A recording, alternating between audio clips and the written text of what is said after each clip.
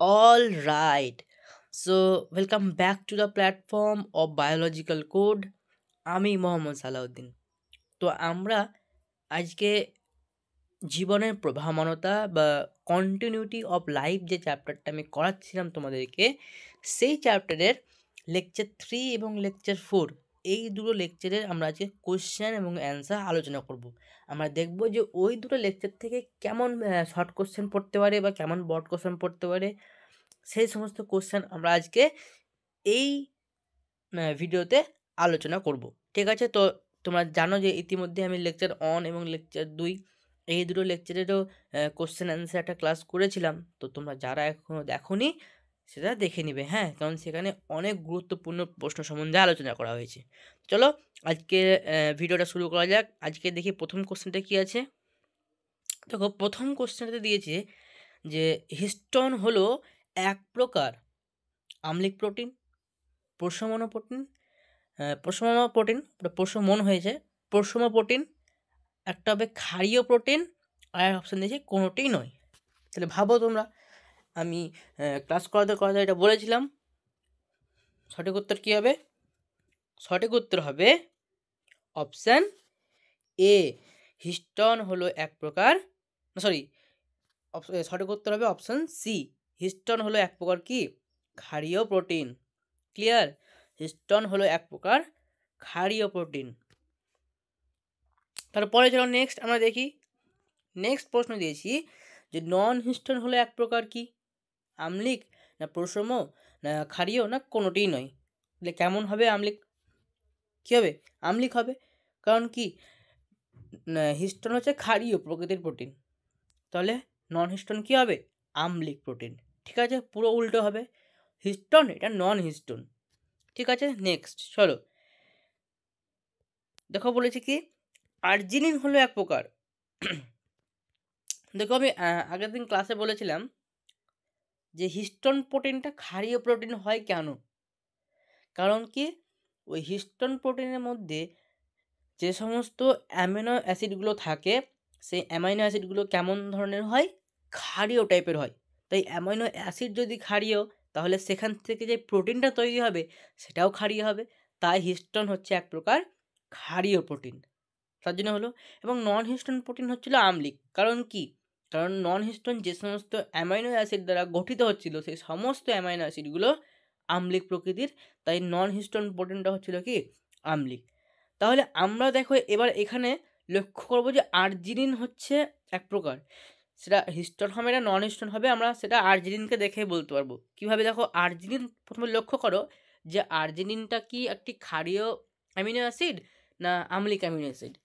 যদি তোমরা ক্ষারীয় এবং আম্লিক যদি আলাদা করতে পারো, তাহলে তোমরা ইজিলি বলতে পারবে যে আর্জিনিনটা হিস্টোনের পার্টে যাবে না আর্জিনিনটা নন হিস্টোনের পার্টে যাবে। ভালো করে ভাবো। তোমরা হয়তো পড়েছো যে আম্লিক অ্যামাইনো অ্যাসিড, ক্ষারীয় অ্যামাইনো অ্যাসিড এগুলো সম্বন্ধে হয়তো পড়েছো। ওকে, তো অনেক টাইম হলো, এবার আমরা উত্তর দেখে নেব। তো সঠিক উত্তর হচ্ছে আর্জিনিন হলো এক প্রকার কি হিস্টোন প্রোটিন। কারণ আর্জিনিনটা হচ্ছে এক ধরনের কি ক্ষারীয় অ্যামিনো অ্যাসিড। ঠিক আছে, তাই আর্জিনিনটা কার ঘরে যাবে? হিস্টোন প্রোটিনের ঘরেই যাবে।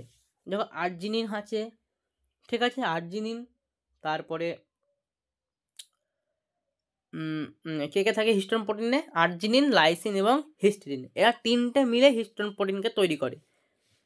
ঠিক আছে, এরা তিনটে মিলে। আমার প্রশ্নটা একটু দিতে এখানে ভুল হয়েছে। প্রশ্নটা এরকম হবে না, প্রশ্নটা হবে যে আর্জিনিন তৈরি করে। ঠিক আছে, আর্জিনিনটা তৈরি করে বা আর্জিনিন গঠন করে কি হিস্টোন না নন হিস্টোন, এই ধরনের প্রশ্নটা হতো। আমি মানে আর্জিনিন হলে এক প্রকার এটা দিয়েছি, যদিও এটা হবে না। ঠিক আছে,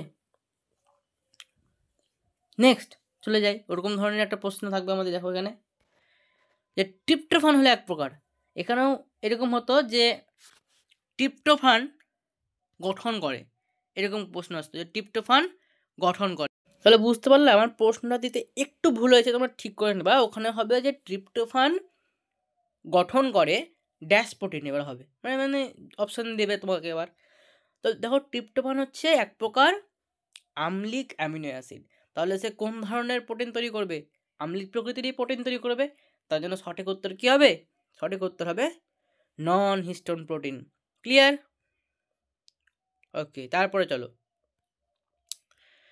দেখো, নেক্সট প্রশ্ন দিয়েছে যে ক্রোমোজোমের মধ্যে কয় ধরনের হিস্টোন প্রোটিন থাকে? আমরা আগের দিন আলোচনা করেছিলাম ক্রোমোজোমের মধ্যে কয় ধরনের হিস্টোন প্রোটিন থাকে। দেখো, ক্রোমোজোমের মধ্যে থাকে H1,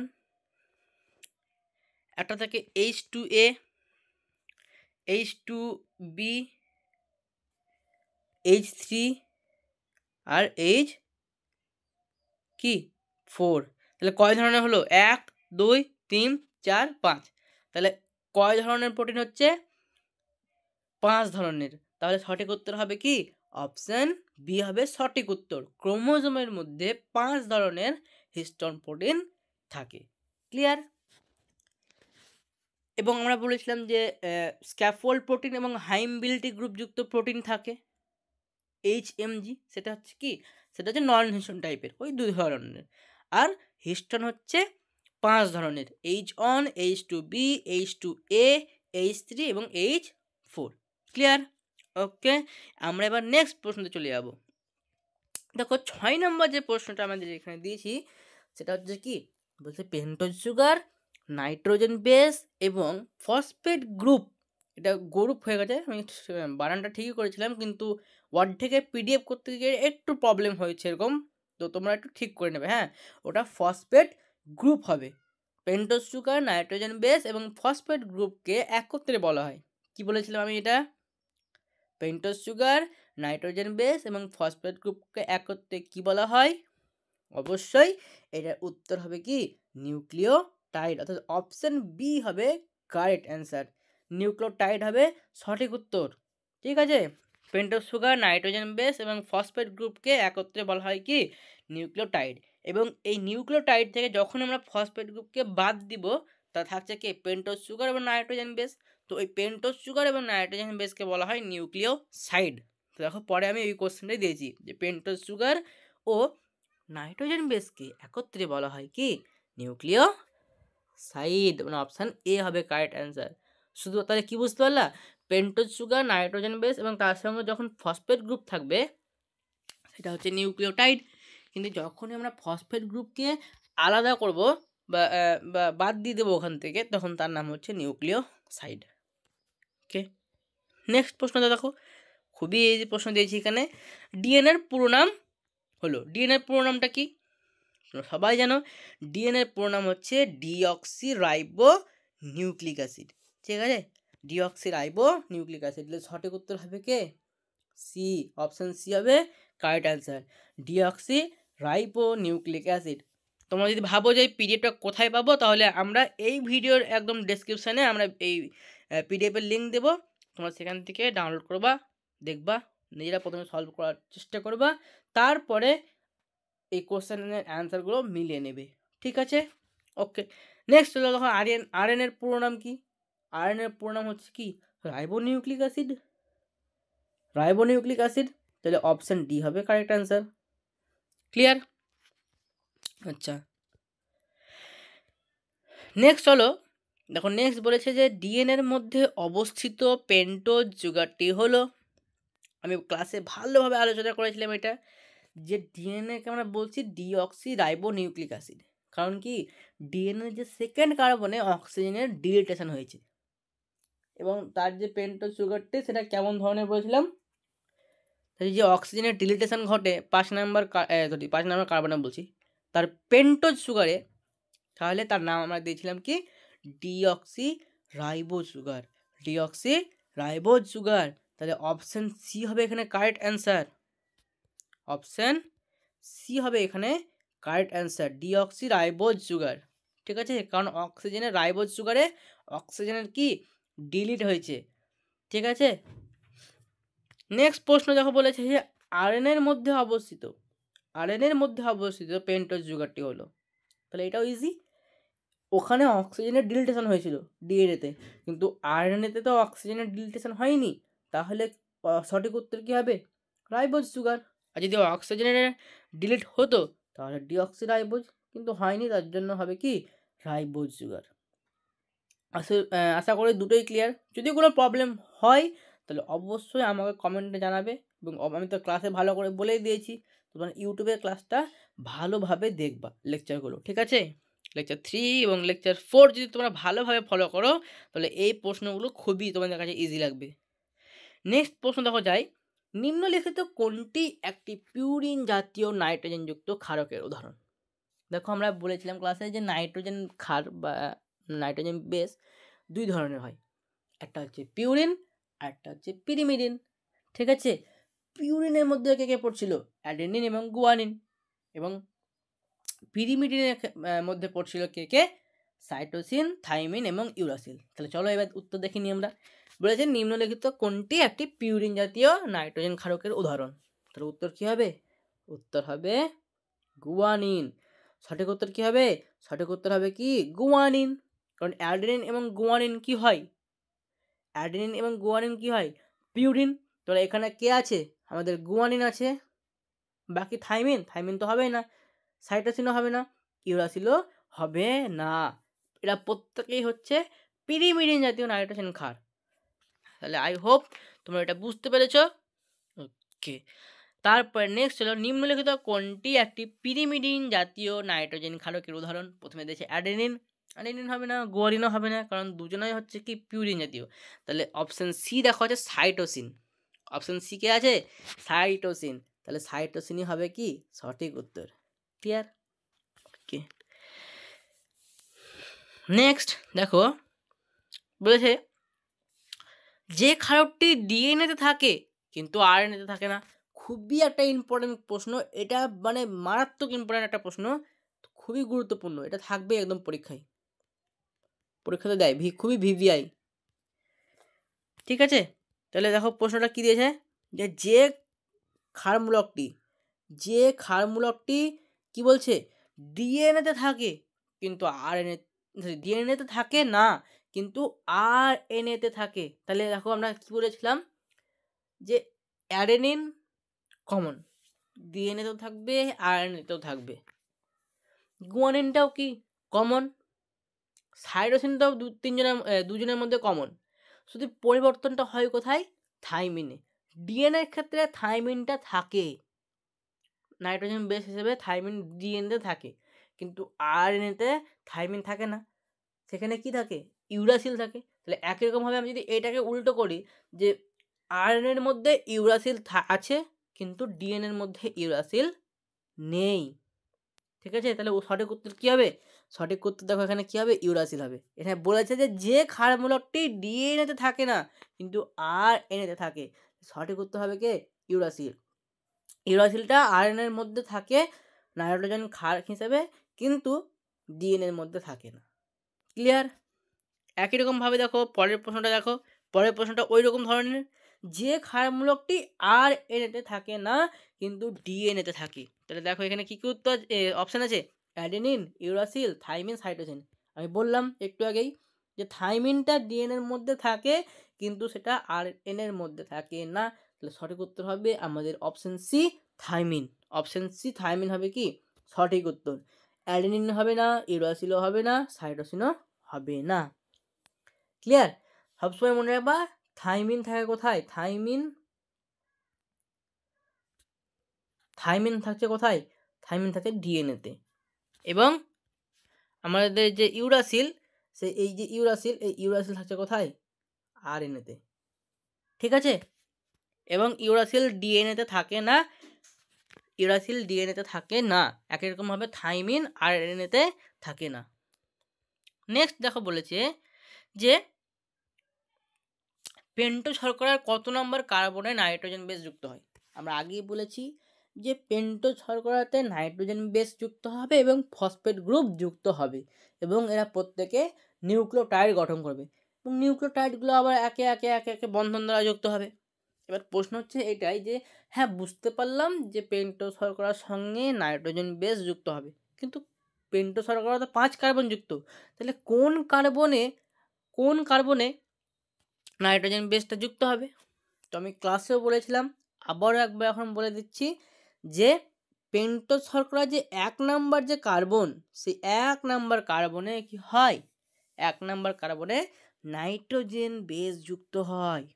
ক্লিয়ার? এটা কিন্তু খুবই ভালোভাবে মনে রাখবা। এই প্রশ্নগুলো কিন্তু অনেক গুরুত্বপূর্ণ। যেমন আগের দুটো প্রশ্ন যেটা আলোচনা করলাম যে কোন ক্ষার মূলকটি ডিএনএতে থাকে কিন্তু আরএনএতে থাকে না, একইরকমভাবে এটাও কিন্তু খুবই গুরুত্বপূর্ণ, তাই ভালোভাবে এটা মনে রাখবা। হ্যাঁ, যে পেন্টোজ শর্করার 1 নাম্বার কার্বনে কে যুক্ত হচ্ছে? পেন্টোজ শর্করার 1 নাম্বার কার্বনে যুক্ত হচ্ছে কে? Nitrogen base. ঠিক আছে, আরেকটা প্রশ্ন দিচ্ছি দেখো, যে পেন্টোজ শর্করার কত নাম্বার কার্বনে ফসফেট গ্রুপ যুক্ত হয়? ঠিক আছে, এটাও আমি বলেছিলাম ক্লাসের মধ্যে। তো সবসময় মনে রাখবা, প্রথম যে পেন্টোজ শর্করা 5 কার্বন যুক্ত, তো প্রথম কার্বনে কে স্থান পাবে? Nitrogen base. ঠিক আছে, নাইট্রোজেন বেস। তারপরে 5 নাম্বার কার্বনে যুক্ত হবে, 5 নাম্বার কার্বনে যুক্ত হবে কে? একদম শেষ কার্বনে যুক্ত হবে কে? Phosphate group. একদম শেষে যুক্ত হবে কে? Phosphate group. ঠিক আছে, তুমি এভাবে মনে রাখবা। দেখো, নাইট্রোজেন বেসের এন এবং ফসফেট গ্রুপ ফসফেটের পি নিবা। ঠিক আছে, তাহলে আগে কি আসছে? M N O P, M M N O তারপরে পি। দেখো এন আগে আসছে, তারপর লাস্টে পি আসে, তাহলে এনটা সবসময় আগের কার্বনের সঙ্গে যুক্ত হবে। মানে প্রথম যে কার্বন 1 নাম্বার, সে 1 নাম্বার কার্বনের নাইট্রোজেন বেস, এবং 5 নাম্বার যে কার্বন একদম শেষ কার্বন, সেই কার্বনের সঙ্গে যুক্ত হবে কে? Phosphate group. আশা করি এবার আর কারো জিনিসটা গুলাবে না। আগে আসবে কে? অ্যালফাবেট অনুযায়ী আগে আসবে এন, তারপরে আসবে কে? পি। তো আমি নাইট্রোজেন বেসের এন নিয়েছি এবং ফসফেট গ্রুপের পি নিয়েছি। তাহলে নাইট্রোজেন যেহেতু আগে, নাইট্রোজেনের এন আগে, তাই 1 নাম্বার কার্বনের স্থান পাবে নাইট্রোজেন বেস, এবং পি যেহেতু এনের পরে, তাই একদম শেষ কার্বন অর্থাৎ 5 নাম্বার কার্বনে স্থান পাবে আমাদের ফসফেট গ্রুপ। আশা করি এবার তোমাদের এই কনসেপ্টটা পুরোপুরি ক্লিয়ার, কারো গুলাবে না। ঠিক আছে, তারপরে দেখো, পিউরিন ও পিরিমিডিন নাইট্রোজেন বেসের মধ্যে কোন বন্ধন থাকে? মানে ওই যে আমরা বলেছিলাম না যে অ্যাডেনিনের সঙ্গে থায়ামিন, অ্যাডেনিন হচ্ছে একটা পিউরিন, থাইমিন পিরিমিডিন। তো অ্যাডেনিনের সঙ্গে থাইমিন কীভাবে বন্ড করবে, এবং সেই বন্ড, এবং আবার আরটা কি আমরা বলেছিলাম যে ডিএনএর ক্ষেত্রে গুয়ানিনের সঙ্গে সাইটোসিন বন্ড করে, গুয়ানিনের সঙ্গে সাইটোসিন বন্ড করে, এবং আরএনএর ক্ষেত্রে ওটা কি হয়? অ্যাডেনিন, আমরা ডিএনএর ক্ষেত্রে দেখলাম যে অ্যাডেনিনের সঙ্গে থাইমিন বন্ড করলো, কিন্তু আরএনএতে থাইমিন থাকে না, তাই আরএনএতে কি হয়? অ্যাডেনিনের সঙ্গে ইউরাসিল বন্ড করে, কিন্তু সেই বন্ডটা কি বন্ড বা কি বন্ধন, এবার সেটা আমাকে জানতে হবে। আমরা ক্লাসে আলোচনা করেছি, আরেকবারও এখানে বলে দিচ্ছি। দেখো, পিউরিন ও পিরিমিডিন নাইট্রোজেন বেসের মধ্যে কোন বন্ধন থাকে? সেটা হচ্ছে কি? হাইড্রোজেন বন্ধন। ওই যে আমরা বললাম যে অ্যাডেনিনের সঙ্গে থাইমিন বন্ড করবে, বা অ্যাডেনিনের সঙ্গে ইউরাসিল যে বন্ড করবে, এটা আরএনএর ক্ষেত্রে, এটা ডিএনএর ক্ষেত্রে। তো সেই বন্ধনটা কি বন্ধন? সেটা হচ্ছে আমাদের কি? হাইড্রোজেন বন্ধন। তাহলে এবার ক্লিয়ার হলো, পুরো ক্লিয়ার। ঠিক আছে, কি বন্ধন? পিউরিন এবং পিরিমিডিন নাইট্রোজেন বেসের মধ্যে হাইড্রোজেন বন্ধন থাকে। নেক্সট দেখো, অ্যাডেনিন এবং থাইমিন পরস্পর কটি বন্ধন দ্বারা যুক্ত থাকে? আমরা আলোচনা করলাম যে অ্যাডেনিনের সঙ্গে থাইমিন বন্ড করে, বা অ্যাডেনিনের সঙ্গে ইউরাসিল আরএনএর ক্ষেত্রে বন্ড করে। তো সেই সেটা তারা কয় বন্ধন করে? তারা দ্বিবন্ধন করে। অ্যাডেনিনের সঙ্গে থাইমিনের দ্বিবন্ধন, এবং অ্যাডেনিনের সঙ্গে ইউরাসিলেরও কি হয়? দ্বিবন্ধন হয়। তাহলে সঠিক উত্তর হবে কি? Option C, 2। আমি এখানে দ্বিবন্ধন লিখিনি, শুধু 2 লিখেছি। তাহলে কটি বন্ধন করে? 2টি বন্ধন করে। দ্বিবন্ধন, অ্যাডেনিনের সঙ্গে থাইমিনের দ্বিবন্ধন, এবং অ্যাডেনিনের সঙ্গে ইউরাসিল, এটা আরএনএ এর ক্ষেত্রে, এটা হচ্ছে আরএনএ। ঠিক আছে, এবং এটা হচ্ছে কি? ডিএনএ। আশা করি এবার ক্লিয়ার। একজন আমাকে কমেন্ট করেছিল যে দাদা নাইট্রোজেন বেসের ওই ব্যাপারটা আমাকে আরেকবার বলে দিয়েন। তো অবশ্যই একটা ডাউট ক্লিয়ারিং ক্লাস হবে খুব শীঘ্রই এই নাইট্রোজেন বেস সম্বন্ধে। ঠিক আছে, তো অ্যাডেনিনের সঙ্গে থাইমিনের হলো ডাবল বন্ড ডিএনএর ক্ষেত্রে, এবং অ্যাডেনিনের সঙ্গে ইউরাসিলের হলো কি? Double bond. সেটা হচ্ছে কার সঙ্গে? আরএনএর ক্ষেত্রে। নেক্সট প্রশ্ন আমরা এখানে কি দিয়েছি? গুয়ানিন এবং সাইটোসিন, এখানে বানানটা একটু বলেছে, সাইটোসিন বলে, সাইটো হতো, টয় ওকার হতো। তো গুয়ানিন এবং সাইটোসিন পরস্পর কটি বন্ধন দ্বারা যুক্ত থাকে? এটা খুবই ইজি। আমরা বলেছিলাম কি যে গুয়ানিনের সঙ্গে সাইটোসিন বন্ড করবে, সেটা হবে ডিএনএ এর ক্ষেত্রেও আরএনএ এর ক্ষেত্রেও। এর কিন্তু কোনো চেঞ্জেস নেই। এর কোনো চেঞ্জেস আছে কি? কোনো চেঞ্জেস নেই। তো একটাই উত্তর যে গুয়ানিনের সঙ্গে সাইটোসিনের হয় কি ট্রিপল বন্ড বা ত্রিবন্ধন। এরা একে অপরের সঙ্গে কি করে 3টে হাইড্রোজেন বন্ধন করে। তো আই হোপ এবার তোমাদের কাছে এটা ক্লিয়ার থাকবে। গুয়ানিনের সঙ্গে সাইটোসিন কটি বন্ধন করছে হাইড্রোজেন বন্ধন? 3টি হাইড্রোজেন বন্ধন করে। তাহলে অপশন আমাদের বি হবে কি কারেক্ট অ্যান্সার। ক্লিয়ার? ওকে, তাহলে কি দেখলাম? অ্যাডেনিনের সঙ্গে থাইমিন বা অ্যাডেনিনের সঙ্গে ইউরাসিল কটি বন্ধন করছে? দ্বিবন্ধন, 2টি বন্ধন করছে এবং সেটা হাইড্রোজেন বন্ধন। এবং গুয়ানিনের সঙ্গে সাইটোসিন কটি বন্ধন করছে? 3টি বন্ধন করছে, ট্রিপল বন্ড। ঠিক আছে, এবং সেটা হচ্ছে কি হাইড্রোজেন বন্ধন। এক কথায় পিউরিনের সঙ্গে পিরিমিডিন কি করবে? হাইড্রোজেন বন্ধন দ্বারা যুক্ত থাকবে। ওকে, ক্লিয়ার? চলো এবার আমরা নেক্সট চলে যাই যে ড্যাশ বন্ধন দ্বারা নিউক্লিওটাইডগুলি পরস্পর যুক্ত থাকে। এতক্ষণ আমরা কি দেখলাম? যে নিউক্লিওটাইডের গঠন হলো। কে কে তৈরি করলো? পেন্টোজ শর্করার 1 নম্বর গ্রুপে নাইট্রোজেন বেস এবং পেন্টোজ শর্করার 5 নম্বর গ্রুপে ফসফেট গ্রুপ যুক্ত হলো। পেন্টোজ শর্করার নিয়ে তৈরি করলো কে? কি তৈরি করলো? নিউক্লিওটাইড। এবার আমরা দেখবো যে এই নিউক্লিওটাইডগুলো কোন কোন বা কোন কোন বন্ধন দ্বারা যুক্ত থাকছে। ক্লিয়ার? ওকে, চলো তাহলে দেখি ড্যাশ বন্ধন দ্বারা নিউক্লিওটাইডগুলি পরস্পর যুক্ত থাকে। তাহলে সঠিক উত্তর হবে কি? এটা ক্লাসে বলেছিলাম, এটা উত্তর হবে ফসফো ডাইএস্টার। কি হবে? ফসফো ডাইএস্টার। ফসফো ডাইএস্টার বন্ড দ্বারা নিউক্লিওটাইডগুলি পরস্পর কি হচ্ছে? যুক্ত থাকছে। বুঝতে পারলা? ফসফো ডাইএস্টার বন্ড দ্বারা বা ফসফো ডাইএস্টার বন্ধন দ্বারা নিউক্লিওটাইডগুলি পরস্পর যুক্ত থাকে। নেক্সট যে প্রশ্নটা দিয়েছে এখানে, নিউক্লিয়াসের বিভাজনকে বলে। তো এটা খুবই ইজি। নিউক্লিয়াসের বিভাজনকে কি বলা হয় বলেছি? নিউক্লিয়াসের বিভাজনকে বলা হয় ক্যারিওকাইনেসিস। কি বলা হয়? ক্যারিওকাইনেসিস।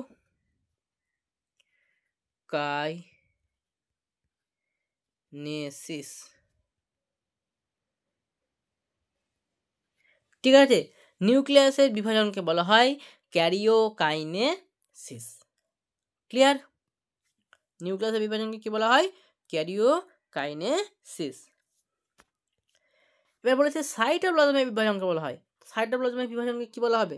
সাইটোপ্লাজমের বিভাজনকে বলা হয় সাইটোকাইনেসিস। কি বলা হচ্ছে? সাইটোপ্লাজমের বিভাজনকে বলা হচ্ছে সাইটোকাইনেসিস।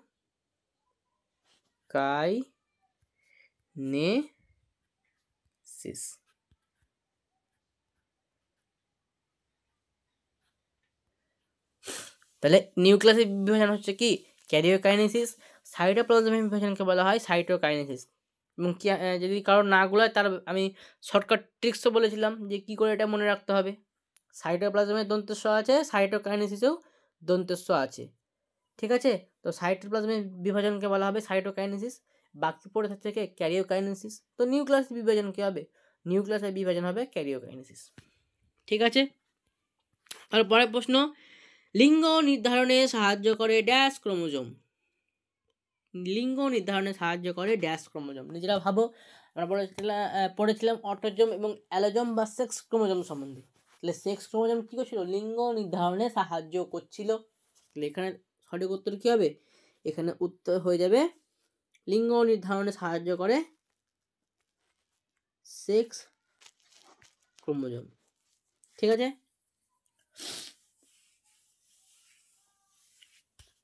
ক্লিয়ার? নেক্সট প্রশ্ন দিয়েছে কি ড্যাশ এক প্রকার প্রত্যক্ষ কোষ বিভাজন। আমরা আগের দিন আলোচনা করছিলাম অ্যামাইটোসিস সেল ডিভিশনের সময় বা অ্যামাইটোসিস কোষ বিভাজনে বলেছিলাম যে অ্যামাইটোসিস হচ্ছে একটা কি প্রত্যক্ষ কোষ বিভাজন। তো অ্যামাইটোসিসকে আমরা প্রত্যক্ষ কোষ বিভাজন কেন বলেছিলাম? কারণ কি আমরা সেখানে দেখেছিলাম যে যখন সেলটা ডিভিশন হচ্ছিল তো কোনো বেমতন্তু গঠন হয়নি, নিউক্লিয়াসের যে পর্দা তারও যে অবলুপ্তি হয় সেল ডিভিশন হওয়ার সময় সেটাও হয়নি। ডাইরেক্ট একদম কী ছিল? মাতৃকোষ থেকে দুটো অপত্য কোষের সৃষ্টি হয়েছিল। তাই আমরা কি বলেছিলাম যে ডিরেক্ট সেল ডিভিশন বা প্রত্যক্ষ কোষ বিভাজন। ঠিক আছে, তো এখানে সঠিক উত্তর হবে কি, এখানে সঠিক উত্তর হবে অ্যামাইটোসিস।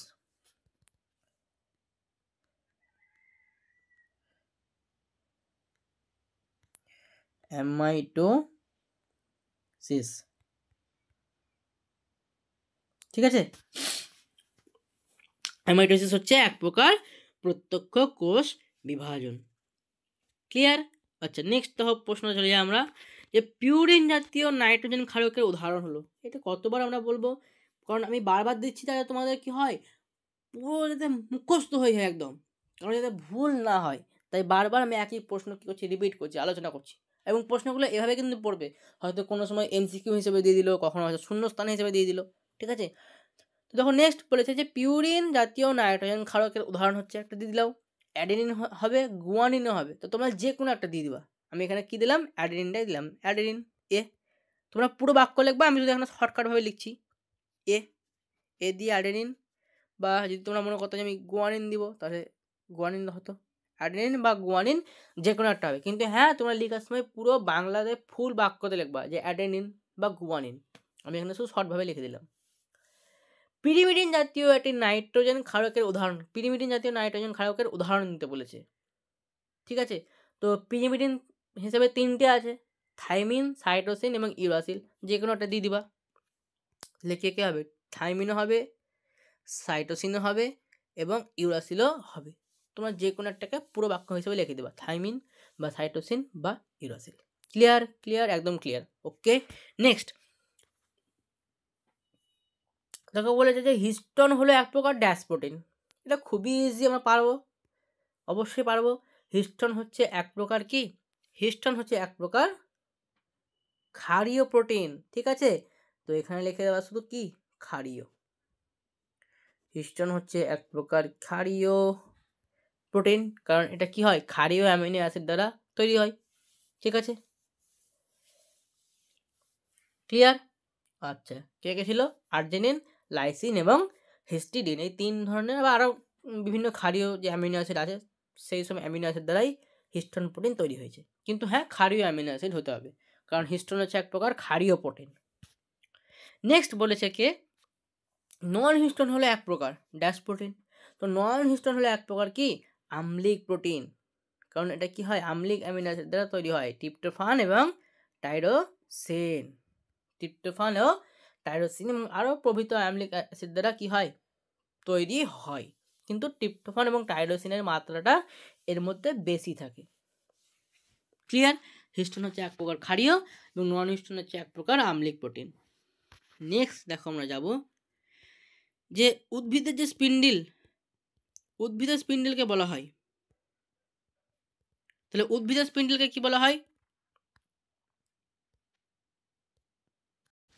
দেখো উদ্ভিদের স্পিন্ডিল আমরা আলোচনা করছিলাম যখন আমরা যে সেল ডিভিশনের অঙ্গাণুর ভূমিকা এটা যখন আলোচনা করছিলাম, তখন আমরা বলেছিলাম যে সেন্ট্রোজোম, এই সেন্ট্রোজোম কি করে, সেল ডিভিশনের সময় বেম তন্তু গঠন করে। কিন্তু উদ্ভিদ কোষে তো সেন্ট্রোজোম নেই, তাহলে সেখানে কি উদ্ভিদ কোষের সেল ডিভিশন হবে না? অবশ্যই হবে। তো উদ্ভিদ কোষের ক্ষেত্রে বেম তন্তুটা গঠন করে কে, উদ্ভিদ কোষের ক্ষেত্রে বেম তন্তু গঠন করে সাইটোপ্লাজম নিজেই, কারণ উদ্ভিদ কোষের সেন্ট্রোজোম থাকে না। তাই উদ্ভিদ কোষের যে বেমতন্তু বা উদ্ভিদ কোষের যে স্পিন্ডিল গঠন হয়, সেটাকে আমরা বলেছিলাম সাইটোপ্লাজমিক স্পিন্ডিল বা অ্যানাস্ট্রাল স্পিন্ডিল। অ্যানাস্ট্রাল কেন বলছি, কারণ ওখানে সেন্ট্রোজোম নেই, আর সেন্ট্রোজোম কি করে এক প্রকার দেখবে রশ্মি ছাড়ে, সেই রশ্মিটাকে বলা হয় কি, অ্যাস্ট্রাল রশ্মি, অ্যাস্ট্রাল রশ্মিটাকে বলা হয়। কিন্তু উদ্ভিদ কোষে তো সেন্ট্রোজোম নেই, তাই অ্যাস্ট্রাল রশ্মিও নেই, তাই উদ্ভিদ কোষের বেমতন্তুকে আমরা বলেছিলাম কি, অ্যানাস্ট্রাল বা সাইটোপ্লাজমিক, কারণ সাইটোপ্লাজম নিজে ওই বেমতন্তু গঠন করছিল। তাই উদ্ভিদ কোষের স্পিন্ডিলকে বলা হবে কি, সাইটোপ্লাজমিক স্পিন্ডিল। কি বলা হবে, সাইটোপ্লাজমিক।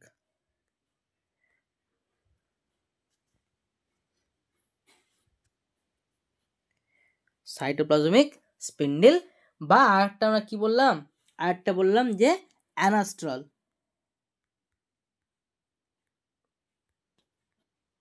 দুটোই হবে, তোমরা যে কোনো একটা বলবা, দুটোই হবে, অ্যানাস্ট্রালও হবে, আবার কি হবে, সাইটোপ্লাজমিক এটাও হবে। ক্লিয়ার? ঠিক আছে, তাহলে উদ্ভিদ কোষে সাইটোপ্লাজম নিজে কি করলো, বেমতন্তু গঠন করলো, তাই আমরা ওই কি বললাম, তাই স্পিন্ডিলকে বললাম সাইটোপ্লাজমিক স্পিন্ডিল বা অ্যানাস্ট্রাল স্পিন্ডিল। ক্লিয়ার? নেক্সট দেখো প্রশ্ন দিয়েছে প্রাণী কোষের স্পিন্ডিলকে বলা হয়।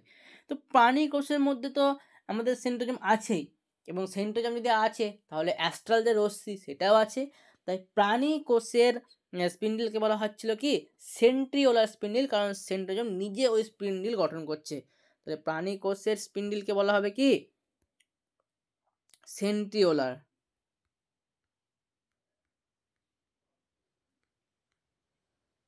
সেন্ট্রিওলার, ঠিক আছে। বা আর কি বলা হবে, আর বলা হবে অ্যাস্ট্রাল স্পিন্ডিল, কারণ সেন্ট্রোজোম আছে মানে অ্যাস্ট্রাল রশ্মিও প্রেজেন্ট আছে। ঠিক আছে, তাহলে প্রাণী কোষের স্পিন্ডিলকে বলা হচ্ছে অ্যাস্ট্রাল স্পিন্ডিল বা সেন্ট্রিওলার স্পিন্ডিল। ক্লিয়ার হলো এবার? আচ্ছা, নেক্সট দেখো বলেছে যে নিম্নলিখিত কোন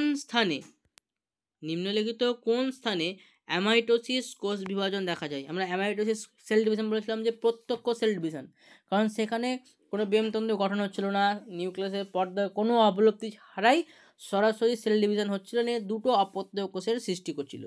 এবং এটা কাদের দেহে দেখা যাচ্ছিল, যারা একটু নিম্ন শ্রেণীর প্রাণী, যেমন ব্যাকটেরিয়া, ছত্রাক, অ্যামিবা, এদের দেহে দেখা যাচ্ছিল। তাহলে এখানে আমাদের সব থেকে দেখো রেণু মাতৃকোষ এখানেও হবে না, জনন মাতৃকোষ এখানেও হবে না, হরিণ তো উচ্চ শ্রেণীর প্রাণী এখানেও হবে না। তাহলে একমাত্র নিম্ন শ্রেণীর প্রাণীর মধ্যে কে আছে, নিম্ন শ্রেণীর প্রাণীর মধ্যে এখানে একমাত্র আছে প্যারামিসিয়াম। তো এই প্যারামিসিয়াম হচ্ছে এক প্রকার প্রোটোজোয়া, যার মধ্যে কি হয় অ্যামাইটোসিস কোষ বিভাজন দেখা যায়। ঠিক আছে, এটা হচ্ছে কি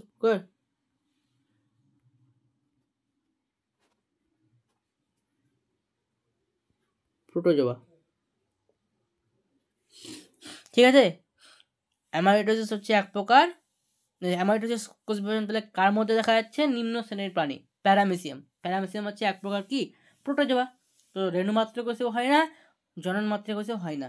এই দুটো সেলে কি হয়, মানে কোন এই দুটো সেলে বা এই দুটো কোষে কোন ধরনের সেল ডিভিশন দেখা যায়, সেটা আমরা পরের যে লেকচার আমাদের আসবে, লেকচার 5 বা লেকচার 6, সেখানে আমাদের এই সম্বন্ধে আলোচনা হবে। সেখানে আমরা meiosis cell division, mitosis cell division এই সম্বন্ধে আলোচনা করব, তখন আমরা বুঝতে পারবো। ঠিক আছে, এবার দেখো আমি কিছু 2 নম্বরের প্রশ্ন আলোচনা করেছি, এখানে জিন সংক্ষিপ্ত উত্তর ভিত্তিক প্রশ্ন, এবং এর প্রত্যেক প্রশ্নের মান হচ্ছে কি 2। জিন কি পরীক্ষায় দেবে, লিখতে পারলে 2 নম্বর। হ্যাপ্লয়েড ও ডিপ্লয়েড সেট বলতে কি বোঝো, এখানেও প্রশ্ন দেখবে। হ্যাপ্লয়েড ও ডিপ্লয়েড সেট বলতে কি বোঝো, 1+1 এরকম করে থাকবে। ঠিক আছে, 1+1।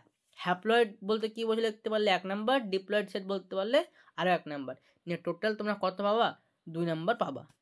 ঠিক আছে, তারপরে এখানে লিখবা অটোজোম কাকে বলে, লিখতে পারলে 2 নাম্বার। ডিএনএ এবং আরএনএর মধ্যে দুটো পার্থক্য লিখতে হবে। ফুল ফর্ম লিখে দিতে পারবে, ফুল নেম হচ্ছে ডিঅক্সি রাইবোনিউক্লিক অ্যাসিড, এর হচ্ছে রাইবোনিউক্লিক অ্যাসিড, এর মধ্যে এই পেন্টোজ সুগারটি থাকে, এর মধ্যে এই পেন্টোজ সুগারটি থাকে।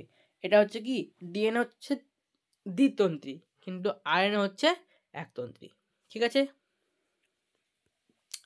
তারপরে দেখো বলেছে কোষ বিভাজনের দুটি তাৎপর্য লেখো।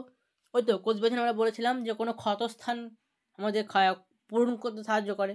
শরীরে কোনো জায়গা কেটে গেছে, তো দেখবে ধীরে ধীরে সেই জায়গাটা কি হয়, পূর্ণ হয়ে যায়, নতুন চামড়া সেখান থেকে সৃষ্টি হয়। তো সেটা কার কাজ, সেল ডিভিশনের কাজ। বা আমাদের যে স্বাভাবিক বৃদ্ধি হয়, বিভিন্ন জীবের যে ছোট্ট থেকে একটা বড় হচ্ছে, সেটাতেও সে কী করছে, সেল ডিভিশন সাহায্য করছে। জননে সাহায্য করছে, জীবের পরিস্ফুটনে সাহায্য করছে। ঠিক আছে, তো এই হচ্ছে সেল ডিভিশনের তাৎপর্য, যে কোনো দুটি লিখবা 2 নম্বর। ঠিক আছে, তারপরে বলেছে যে অ্যামাইটোসিস কোষ বিভাজনের দুটি বৈশিষ্ট্য লেখো। তো দুটি বৈশিষ্ট্য লিখে দেবা ইজি, যে এই কোষ বিভাজনে কোনো বেমতন্তু বা কোনো স্পিন্ডিল গঠন হয় না, এখানে কোনো নিউক্লিয় পর্দার অবলুপ্তি ছাড়াই নিউক্লিয়াসের বিভাজন ঘটে। ঠিক আছে, আর 3 নম্বর লিখবা কি, 2 তো হয়ে গেল, বা 3 নম্বর যদি লেখার ইচ্ছা হয় লিখে দেবা যে খাঁজ সৃষ্টির মাধ্যমে সাইটোপ্লাজম ও নিউক্লিয়াস কি হয় সরাসরি বিভাজিত হয়, নিয়ে অপত্য কোষের সৃষ্টি করে। তো বাস, তাহলে তুমি এখানে আরামসে 2 নাম্বার পেয়ে যাবা। তারপরে দেখো বলেছে যে ক্যারিওকাইনেসিস এবং সাইটোকাইনেসিসের পার্থক্য লেখো, যে কোনো দুটি পার্থক্য লিখে দেবা, ঠিক আছে। আর ক্যারিওকাইনেসিস এবং সাইটোকাইনেসিস বলতে কি বোঝো? ক্যারিওকাইনেসিস হচ্ছে কি নিউক্লিয়াসের ডিভিশন, সাইটোকাইনেসিস হচ্ছে সাইটোপ্লাজমের ডিভিশন। ক্লিয়ার? এবার আমরা আলোচনা করব কি দীর্ঘ উত্তর ভিত্তিক, মানে এই চ্যাপ্টার থেকে 5 নম্বরে, মানে এই চ্যাপ্টার তো নয়, এই লেকচার 3 এবং লেকচার 4 থেকে 5 নম্বরে কি কি প্রশ্ন পড়তে পারে সেই সম্বন্ধে আমি এখানে আলোচনা করেছি। দেখো, একটা বলেছি সেন্ট্রোমিয়ারের অবস্থান অনুযায়ী ক্রোমোজোমের শ্রেণী বিভাগ করো, ও যে বলেছিলাম এটা অবশ্যই আমাদের লেকচার মনে হয় 2 আমরা আলোচনা করেছিলাম, যে অ্যাক্রোসেন্ট্রিক, মেটাসেন্ট্রিক, সাবমেটাসেন্ট্রিক, টেলোসেন্ট্রিক, ঠিক আছে। তো ওগুলোই আমাদেরকে এখানে একটা নিজের ভাষায় ভালোভাবে আলোচনা করতে হবে, এবং ছবি, এবং একই সঙ্গে ছবিও দিতে হবে, এবং একই সঙ্গে কী করতে হবে, একই সঙ্গে ছবিও অ্যাড করতে হবে। একই সঙ্গে আমাদেরকে এখানে ছবিও অ্যাড করতে হবে। তাই যদি তুমি ছবি ভালোভাবে আঁকতে পারো এবং লেখাটা নিজের ভাষা ঠিক করতে পারো, তাহলে এখানে তুমি 5 নাম্বার খুবই সুন্দরভাবে পেয়ে যাবা, মানে দিতে হবে 5 নাম্বার। নেক্সট দেখো, আমরা তো 1 নাম্বারটা ক্লিয়ার হলো। দ্বিতীয় নাম্বারটা বলেছে যে ক্রোমোজোমের রাসায়নিক গঠন আলোচনা করো। তো তোমাকে আমরা আলোচনা করেছি যে ক্রোমোজোমের মধ্যে কী আছে, ডিএনএ আরএনএ থাকছে, এগুলো আলোচনা করতে হবে। তারপরে কী কী প্রোটিন আছে এর মধ্যে, হিস্টোন, নন হিস্টোন এবং ধাতব আয়ন যেগুলো আছে, এই হিসাবে কী করতে হবে, আমাকে পুরো ক্রোমোজোমের রাসায়নিক গঠনটাকে ভালোভাবে আলোচনা করতে হবে, ঠিক আছে। তো এটা ক্লিয়ার হয়ে গেল। তাহলে ভালোভাবে যদি তুমি আলোচনা করতে পারো, হালকা ছবি টবি দিয়ে সুন্দরভাবে প্রেজেন্ট করতে পারো, তাহলে এখানে তুমি 5 নাম্বার ইজিলি পেয়ে যাবে, এবং এটা পরীক্ষাতে দেয়। ক্রোমোজোমের রাসায়নিক গঠন আলোচনা করো, মাধ্যমিক মনে হয় 2022-এও দিয়েছে। তো তোমাদের 2025-এ চান্স আছে এটা আসার, ঠিক আছে। তুমি ভালোভাবে এটাকে তৈরি করে রাখবা, যে সেন্ট্রোমিয়ারের অবস্থান অনুযায়ী ক্রোমোজোমের শ্রেণী বিভাগ, হ্যাঁ। তো এবং ক্রোমোজোমের যে রাসায়নিক গঠন সেটাও আলোচনা করতে বলতে পারে। তো এগুলো কোশ্চেন ভালোভাবে করে রাখবো। এবং আগের দিনে আমি একটা দিয়েছিলাম না, আগের যে প্রশ্ন আলোচনা, কোশ্চেন আনসার আলোচনার ক্লাসে আমি বলেছিলাম যে একটা তোমাকে বলবে যে ক্রোমোজোমের ছবি আঁকো, ইউক্যারিওটিক ক্রোমোজোমের ছবি আঁকো, এবং কি বলবে এই অংশগুলো চিহ্নিত করো, হয়তো বললে ক্রোমাটিডটা চিহ্নিত করো, যে সেন্ট্রোমিয়ারটা চিহ্নিত করো, ঠিক আছে, গৌণ খাঁজটা চিহ্নিত করো, মুখ্য খাঁজ কোনটা সেটা চিহ্নিত করো, এনওআর বা নিউক্লিওলাস অর্গানাইজার রিজিয়ন কোনটা সেটাও চিহ্নিত করো বলতে পারে, ঠিক আছে। তো ওইটাও করে রাখবা। যদিও তোমাদের 2025-এর সবথেকে গুরুত্বপূর্ণ যে ছবিটা দেবে সেটা হচ্ছে চোখের ছবি। চোখের ছবিটা খুবই ইম্পর্টেন্ট। এবং আরেকটা দেখবে ছবি, তোমাদের একদম ফার্স্ট চ্যাপ্টারে একটা ছবি আছে প্রতিবর্তক ক্রিয়া, ওই প্রতিবর্তক ক্রিয়াটাও ভালোভাবে করে রাখবা, ওটার ছবিও দিতে পারে। তারপরে দেখো বলেছে যে কোষ বিভাজনের তাৎপর্য লেখো। কোষ বিভাজনের তাৎপর্য, এরপর কি কোশ্চেন দিয়েছে দেখো, যে কোষ বিভাজনের তাৎপর্য লেখো, এবং তার সঙ্গে লিখতে বলেছে যে কোষ বিভাজনে সাহায্যকারী 2টি অঙ্গাণুর নাম। এবার 2টি অঙ্গাণুর নাম তুমি যদি করে দাও তাও হবে, কিন্তু একটু যদি ভাষা হালকা করে লিখে দাও না, তাহলে 2 নাম্বারটা মানে স্যারটা খুব ভালো খুশি হয়ে দেবে। কারণ 2টি অঙ্গাণুর নাম তো সবাই লিখবে, কিন্তু স্যার দেখবে কি যে হালকা একটু কথায় কে লিখেছে। তো একটু ধরো মাইটোকন্ড্রিয়া লিখলাম, তুমি মাইটোকন্ড্রিয়া হালকা কাজটা লিখে নিলাম, যে সেল ডিভিশনে যখন হয় তখন একদম সেল ডিভিশনের প্রথম শুরু থেকে শেষ পর্যন্ত সে শক্তি প্রদান করে, ঠিক আছে। তো এগুলো লিখবা। কোষ বিভাজনের তাৎপর্যও লিখতে বলেছে 3 নম্বরের। দেখো এখানে কি বলেছে, যে তুমি কোষ বিভাজনের তাৎপর্য লিখতে পারো তাহলে 3 নম্বর, কোষ বিভাজনে সাহায্যকারী 2টি অঙ্গাণুর নাম লিখতে বললে 2 নম্বর, নিয়ে 5 নম্বর টোটাল পাবা। তোমাকে সেভাবে লিখতে হবে। তুমি কোষ বিভাজনের 4টে তাৎপর্য লিখবা এখানে, এবং 2টি অঙ্গাণুর নাম লিখবা, তার সঙ্গে একটু হালকা কথাই লিখে দেবা, যে মাইটোকন্ড্রিয়া যেমন বললাম এই কাজটা করে, নিউক্লিয়াস বলবা যে নিউক্লিয়াস এইটা করছে, রাইবোজোম এটা করছে, 2টি অঙ্গাণুর নাম লিখে এভাবে তুমি আনসারটাকে পূর্ণ করবা। তবে তো 5 নাম্বার তোমাকে খুশি হয়ে স্যার দেবে, তাই না? তো ঠিক আছে। তো এই ছিল আমাদের আজকে আলোচনা। তোমরা পুরো ভিডিওর যে ডেসক্রিপশনে পুরো পিডিএফটা আমাদের পেয়ে যাবা, নিজেরা প্রথমে সলভ করবা, তারপরে এই ভিডিওটা দেখবা, ঠিক আছে। তো অবশ্যই যদি আজকে ভিডিও তোমাদেরকে ভালো লাগলো তো একটা লাইক দেবে, তাহলে আমারও ভিডিও করতে আগ্রহ বাড়বে, তোমাদের সঙ্গে এভাবে ক্লাস করার, ঠিক আছে, আমার জ্ঞানকে তোমাদের মধ্যে ছড়িয়ে দেওয়ার। ঠিক আছে, তো অবশ্যই আমাদের বায়োলজিক্যাল কোড চ্যানেলের সঙ্গে যুক্ত থাকো। ভিডিও ভালো লাগলে লাইক দাও এবং আমাকে অবশ্যই কমেন্টে জানাও যে দাদা আমি এই জায়গাটা বুঝতে পারিনি, আমাকে আরেকবার বলে দেন। যে কোনো এডুকেশনাল প্রবলেম হবে অবশ্যই কমেন্ট করবা এবং আমাদের চ্যানেলকে সাবস্ক্রাইব করবা, কারণ আমরা এরকমই এডুকেশনাল ভিডিও সবসময় আমাদের চ্যানেলে দিয়েই থাকি। তো ঠিক আছে, আজকের ভিডিও থাকছে এই পর্যন্তই, আবার দেখা হচ্ছে পরের ক্লাসে। ঠিক আছে।